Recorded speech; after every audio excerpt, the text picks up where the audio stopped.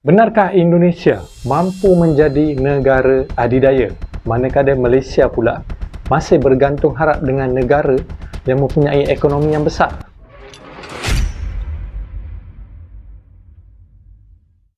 Hello guys, Assalamualaikum and welcome back to my YouTube channel Pemersatu Bangsa anda. Seperti biasa guys, pada kali share video, aku akan sentiasa mendoakan kepada semua yang sedang menonton, semoga kalian semua berada dalam keadaan sehat, dipermudahkan segala urusan, dimurahkan rezeki dan dipanjangkan umur guys. Amin ya rabbal alamin. Okey guys, pada video kali ini aku akan membuat reaction untuk video yang bertajuk Indonesia jadi negara adidaya. Mampu atau tidak? Adakah Indonesia sekarang ini menuju ke arah itu? Jadi sama-sama kita saksikan video reaction ini. Okay guys, sebelum mulakan reaction video ini adalah daripada YouTube channel Zainal Abidin Tahir. Jadi kepada kalian semua boleh support channel ini dengan cara subscribe channel ini guys.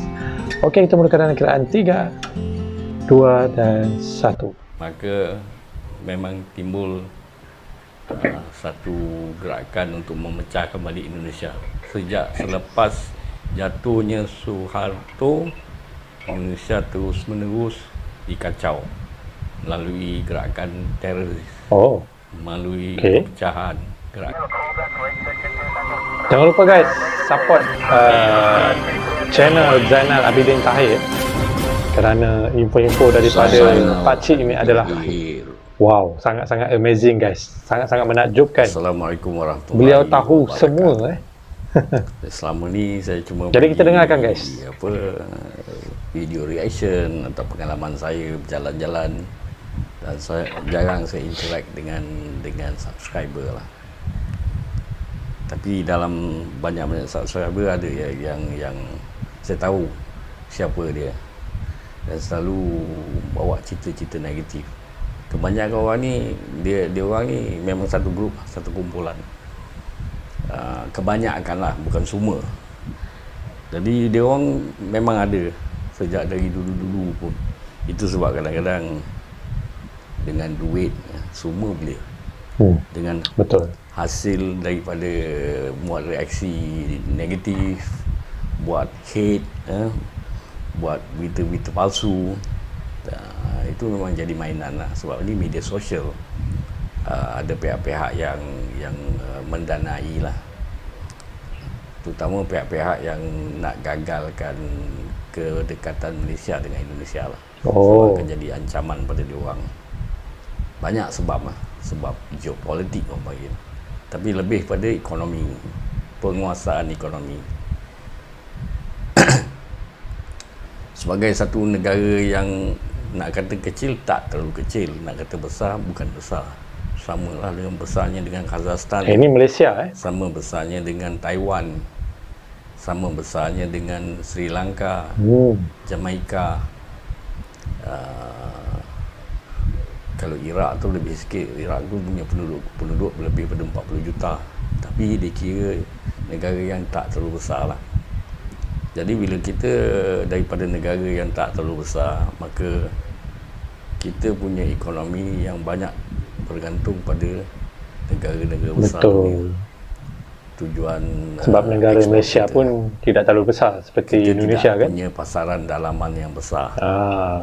Itu adalah antara salah satu. Tidak punya pasaran dalaman yang besar, maka produk-produk kita tak kuat lah. Sebab pasaran masuk akal kecil juga tu guys. Bila pasaran kecil, sebagai basis production tak terlalu besar lah.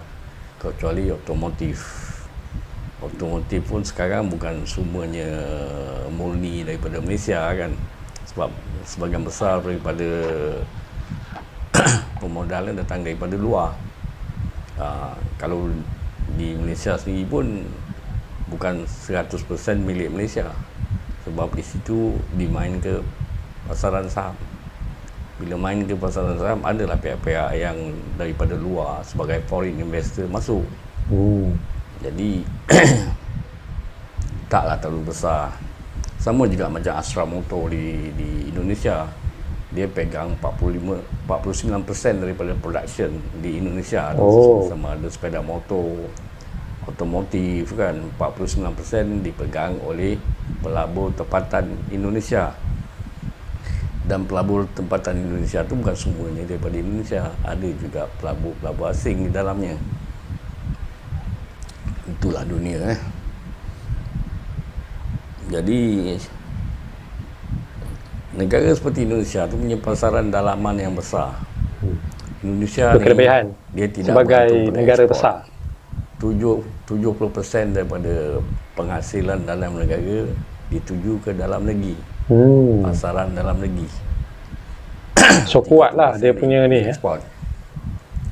Dia kebalikan daripada Malaysia. Di Malaysia 70% diekspor dan 30% pasaran dalaman. Okey. Bagus Di situ info nisbahnya Info yang bagus kan. ni. Jadi bila kita banyak mengekspor, kita kena ikutlah kehendak pasaran dunia. Betul. Dan pasaran dunia tu dikontrol oleh WTO. Dia terbalik daripada Indonesia. Indonesia melawan WTO. Wah. Kenapa Indonesia berani melawan dengan WTO? Ni nak tahu Kerana ni. mungkin dia punya pasaran alternatif yang kuat. Dan juga Indonesia punya makanan yang cukup. Bila ada makanan yang cukup di dalam negara, jadi tidak takut akan diboikot lah. Kalau sanksi berlaku, mungkin ekonomi akan terjejas, tapi rakyat tetap punya makanan. Bagi negara sebab itulah Indonesia kuat berani melawan WTO. Itu masalah. Bagus info Jadi ni. bila Pak Anwar Ibrahim naik, mungkin cara-cara media sosial ni akan berubah. Hoax tu banyak datang daripada Indonesia, memang betul. Sebab dana tu banyak dimasukkan di Indonesia melalui NGO yang ada di Indonesia. Jadi bagi rakyat tempatan, mana-mana negara pun lah, dia tergolong pada 3 jenis orang. Satu yang tak pedulikan tentang negara dia. Dia ni seolah-olah mana pun dia boleh hidup. Dia tak pedulikan negara dia, dia tidak patriotik. Satu lagi patriotik dan majoriti patriotik. Dan satu lagi lebih kepada agama, ekstrim dalam agama. Jadi nak dapatkan orang-orang yang boleh diguna pakai untuk tujuan yang tak elok, contoh buat hoax dalam berjuta-juta manusia tu dia akan dapat. Di mana-mana negara pun ada orang macam ni. Jadi itulah cerita dia. Buatlah hoax. Tapi hoax yang saya heran ni semua membuatkan orang Malaysia bencikan Indonesia. Hoax yang membuat orang Malaysia bencikan Indonesia. Dan jawapan daripada Malaysia ni terbalik pula, membuat orang Malaysia bencikan Indonesia juga. Dua kali benci, double benci. Dia mengapi-apikan antara Malaysia dengan Indonesia hoax macam tu lah. Dari Malaysia tu membuat orang Malaysia bencikan Indonesia. Ada pihak yang nak macam tu Jadi fikirlah, betul ke ni hoax ni? Nak serang Malaysia. Ingat dunia ni apa? Nak serang Malaysia. Yalah, ada video yang kita tengok Indonesia nak serang Malaysia macam tu Indonesia tak macam tu bodoh. Ini Betul. bukan satu benda yang direstui oleh Indonesia. Bohong. Sebab apa? Indonesia tu kalau boleh nak berbaik dengan semua negara di dunia. Betul. Hanya kadang-kadang dia waspada lah sebab negara Indonesia ni sejak dari merdeka tu dia nak pecahkan. Dia nak pecahkan Indonesia jadi negara-negara kecil. Dan banyak orang tak habis fikir bila jadi negara kecil bagus lah. Tak ada orang kacau. Tengoklah di Arab sana, negara Arab, negara-negara kecil. Aman damai ke orang? Aman di negara-negara yang banyak penghasilan. Tapi apa jadi pada zaman Arab juga? Apa jadi dengan Syria? Arab juga.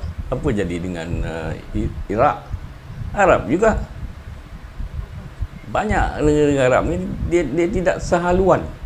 Betul. Bila dia tidak sehaluan, dia kalau berpecah. negara-negara Arab ni bersatu Bila memang berpecah, yang untung negara barat lah. Semua produk-produk dia laku keras. Betul. Laku keras. Semua produk-produk daripada barat tu laku. Jadi berapa bilion dia orang buat duit dekat sana. Sedangkan Arab sendiri tidak dapat mengeluarkan produk-produk untuk diekspor. Hanya minyak aja yang dia boleh ekspor dan juga kurma. Jadi itulah tujuannya, melemahkan negara agar dia tidak bermaya. bila negara macam Indonesia boleh keluarkan produk-produk untuk diekspor, terutama Indomie yang terkenal seluruh dunia. Wah, sedap tu Indomie. Mi sedap, gudang garam, sampai di ban di Amerika lah. Oh, Rokok kretek di Amerika di ban. Sebab apa? Amerika tidak mau penghasilan pergi ke Indonesia. oh, busuk hati kan? Kan Algerino membeli Sampurna kan, sebagian besar share Sampurna tu dibeli oleh Algerino. Jadi Algerino menggunakan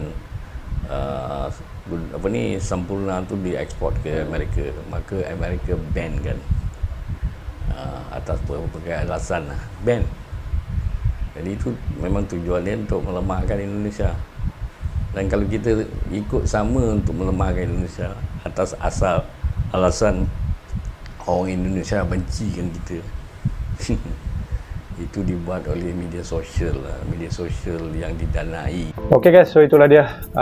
Mampukah Indonesia jadi negara daya? Adakah Indonesia sedang menuju ke arah itu? Dan Malaysia agak sukar jika ingin menjadi negara adidaya. Kenapa? Itulah yang telah dijelaskan sedikit sebanyak dalam video Zainal Abidin Tahir. Actually tak habis lagi video ni, anda boleh tengok ataupun anda boleh nonton full video. Aku letakkan link di ruangan description. Boleh terus ke YouTube channel Zainal Abidin Tahir. Dan jangan lupa support channel itu juga, like, komen dan subscribe channel Zainal Abidin Tahir. Ok guys, kita berbalik pada video ini. Jadi kelebihan kepada Indonesia, mudah, nak cakap mudah pun tak jugalah. Mereka mengharungi pelbagai cabaran, WTO, Uni Eropah, tapi mereka sedang menuju ke arah itu guys, ke arah menjadi negara adidaya guys, untuk menjadi negara dengan ekonomi yang terbesar dunia. Itulah di Indonesia guys. Malaysia ni agak sukar kerana kita ni, negara Malaysia ni negara yang kecil. Seperti mana yang diberitahu oleh Pakcik Zainal Abidin Tahir tadi, itulah Malaysia ni harus bergantung dengan ekonomi negara-negara besar. Contohnya bergantung dengan Indonesia jugalah. Okey, macam itulah. Macam jenama-jenama Indonesia seperti makanan Indomie pun memang diekspor ke banyak negara-negara. So itulah kelebihan Indonesia, mempunyai negara yang besar, penduduk yang ramai, ekonomi yang besar. Jadi mudah, sedikit mudah untuk mereka menuju ke arah negara adidaya guys. Jadi itulah dia guys, perbezaan antara Indonesia dan juga Malaysia. Ok guys, aku rasa sampai di sini saja video kali ini. Semoga kita berjumpa lagi di video akan datang. Assalamualaikum.